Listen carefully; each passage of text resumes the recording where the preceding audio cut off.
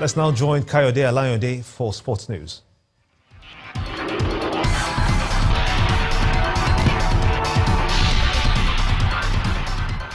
Thank you, Gimba. Welcome to Sports News.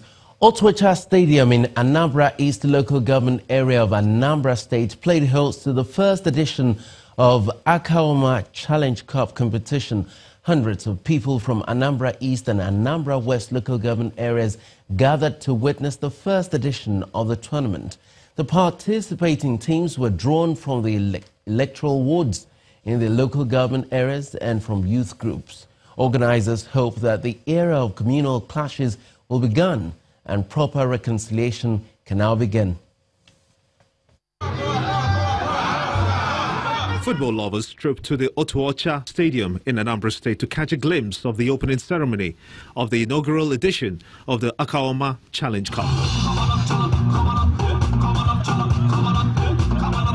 28 teams will participate in the competition, which is expected to last for 3 months, with the winner going home with a prize money of 1 million naira. With the alarming rate of conflicts, many believe bringing communities together with football is a step in the right direction. We don't want to war again. We want to see unity. We want to see fellowship among all the various groups of these two local government areas. That is why we are here, because what Akoma is doing today will help to promote unity. The purpose of this match is simply for unity. And from there, we take it up to be able to select the best time that we can sponsor for football academy anywhere in Nigeria. It has never been done here. Nobody has done that. There is no doubt that football is a powerful tool for social integration. Organizers hope this grassroots football competition will be a catalyst for peaceful coexistence amongst feuding communities. Meanwhile, Nigeria's perfect start to the Women's Waffle Cup continues as Super Falcons put 3 goals past Senegal in their second game of the tournament. Rashidat Ajibade's hat-trick powered the Super Falcons past their West African opponents. Nigeria has qualified for the next round after sealing a top-place finish. And in the English FA Cup, Southampton, Brighton and Manchester United have all progressed to the quarter-final after winning their 5th round matches. Southampton beat Alan Pardew's West Brom 2-1 at the Hawthorns, while Brighton beat Coventry City 3-1. Romelu Lukaku's brace also gave Manchester United a 2-0 victory over Huddersfield. Sheffield Wednesday and Swansea had to settle for a replay after playing a goalless draw. In the quarter-final, Manchester United will face Brighton and Leicester City will battle Chelsea. In other fixtures, Southampton will lock horns with the winner of Manchester City and Wigan tie, while the winner of Sheffield Wednesday and Swansea clash will face the winner of Tottenham Hotspur and Rochdale clash. That's it on Sports News. Gimba Umar is back in just a moment.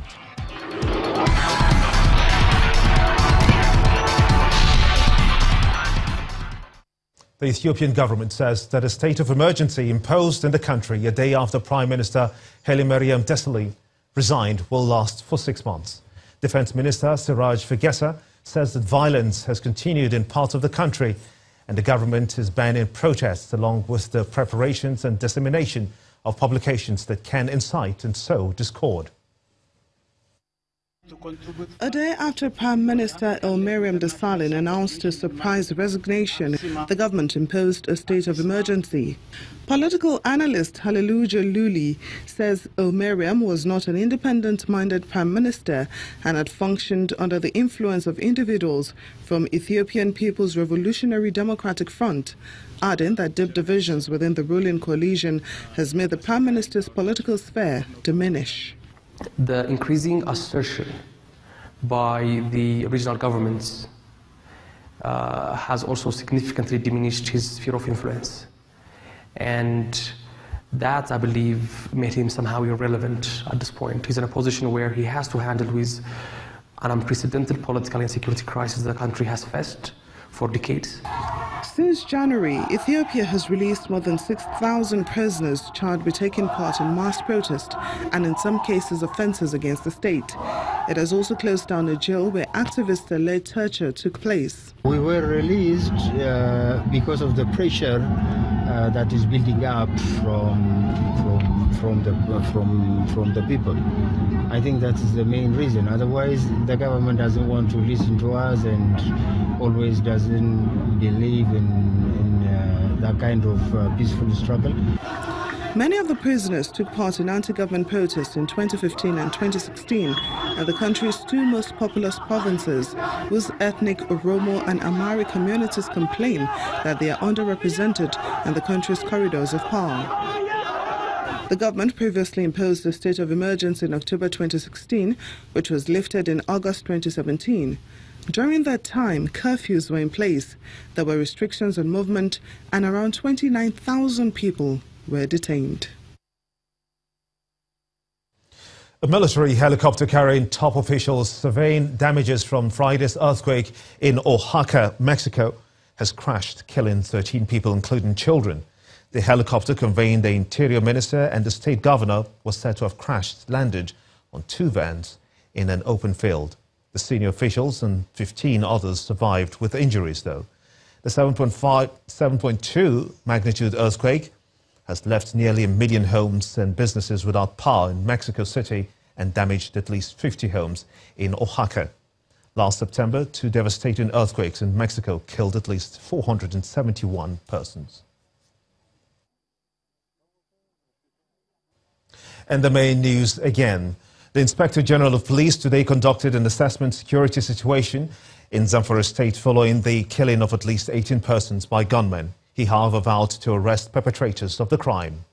Also today, no fewer than 17 people were killed and 50 others injured in a suicide attack on Kunduga local government area of Borno State. And a helicopter assessing damage from Friday's earthquake in Mexico today crashed, killing 13 persons, including 3 children. And that's how it's been on the news at 10 tonight. I want to thank you so much indeed for watching. On behalf of everyone here, have a splendid night rest. Good night.